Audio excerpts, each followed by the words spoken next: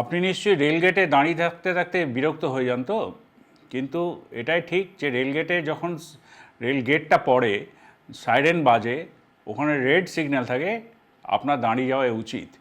কারণ ট্রেন ট্র্যাকে আছে এবং ট্রেনটা পাস করবে, সেই জন্যই রেলগেটটি বন্ধ থাকে। আমরা প্রায়শই দেখি আমাদের রেলগেটগুলিকে মানে বন্ধ হওয়ার মুখেই মানুষজন যান প্রাণ করে ঢুকে যায়, আর ঢুকে গেলেই কি হচ্ছে, ট্রেন মুভমেন্ট বন্ধ হয়ে যায়, হ্যাম্পার হয়ে যায়। ইদানিংকালে যেটা আমরা লক্ষ্য করছি, কিছু কিছু গেটে, যেমন আমি নাম ধরে এখন বলতে পারি যে কিছু কিছু গেটে বন্ধ হতেও বন্ধ করতে দিচ্ছে না, কেননা রোড ট্রান্সপোর্টে ভেহিকেল যাচ্ছে, আয়দার বাস চলে যাচ্ছে বা টোটো অটো, হ্যাঁ, এরা চলেই যাচ্ছে, গেট বন্ধ হওয়ার সত্ত্বেও সেই কোনো রকমে ঢুকে যাচ্ছে। বাধ্য হয়ে আমাদের রেল মুভমেন্ট বন্ধ রাখতে হচ্ছে। এক একটা জায়গায় এক একটা স্টেশনে, আমি বলি খড়দাতে 9 নম্বর প্ল্যাটফর্ম, 9 নম্বর গেট যেটা আছে, বেলগড়িয়াতে 2 নম্বর গেট, বা ব্যারাকপুরে 14 নম্বর গেট, ক্যান্টনমেন্টে 1 নম্বর গেট এবং 2 নম্বর গেট দুটোই, টিটাগড়ের ক্ষেত্রে 12 নম্বর গেট, আবার এদিকে রানাঘাটের ক্ষেত্রে গেট নাম্বার 57। প্রত্যেকটাতে পিক সময়, মানে সকাল 8টা 30 থেকে 11টা 30, বা এদিকে সন্ধ্যেবেলা 5:30 থেকে 8:30 পর্যন্ত আমরা যেটা লক্ষ্য করছি, ট্রেন মুভমেন্ট আমাদের বন্ধ রাখতে হচ্ছে। ট্রেন চলাচলে লেট হয়ে যাচ্ছে প্রায় 15 থেকে 20 মিনিট। আপনি এবার ভাবুন তো, আপনার যে কলিগ হন বা আত্মীয় হন যে ট্রেনে আছে, প্রায় 1.5 থেকে 2,000 মানুষ ট্রেনে থাকেন, প্যাসেঞ্জাররা, তাদের তো অনেকটা লেট হয়ে যাচ্ছে যদি গেটটা এইভাবে বন্ধ না করতে পারি।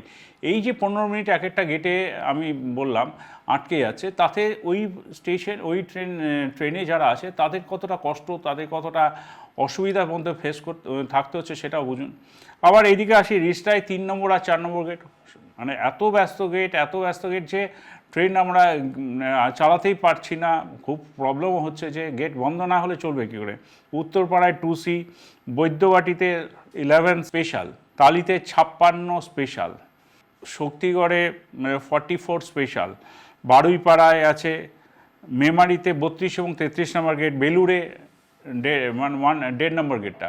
তো এই গেটগুলোতে আপনাদের সহযোগিতায় চাইছি যে গেট যখন পড়ছে তখন দয়া করে আপনারা ঢোকার চেষ্টা করবেন না রেলে প্রেমিসেসের মধ্যে। এটা তো দণ্ডনীয় অপরাধ, সে তো ছেড়েই দিন, কিন্তু বিপদ আপনার বিপদ হতে পারে। সেই অনুরোধই করছি যে অকর নিচে প্রাণের ঝুঁকি নেবেন না।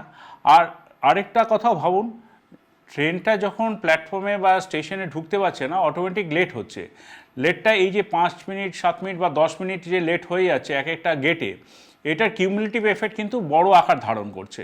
মানে ধরুন ডেস্টিনেশন স্টেশনে আপনি রানাঘাটই ধরি, যদি শিয়ালদা থেকে যে ট্রেনটা রানাঘাট গেল, প্রত্যেকটা গেটে যদি খুব কম হলো 5 থেকে 10 মিনিট করে লেট হয়, 10 মিনিট করে ধরে নিলাম, 3টে গেটে যদি এরকম মার খায় তাহলে 30 মিনিট লেট হয়ে যাচ্ছে। কতটা রেল স্পিড বাড়ালেও তবু তো ওভারকাম করতে পারা যাবে না।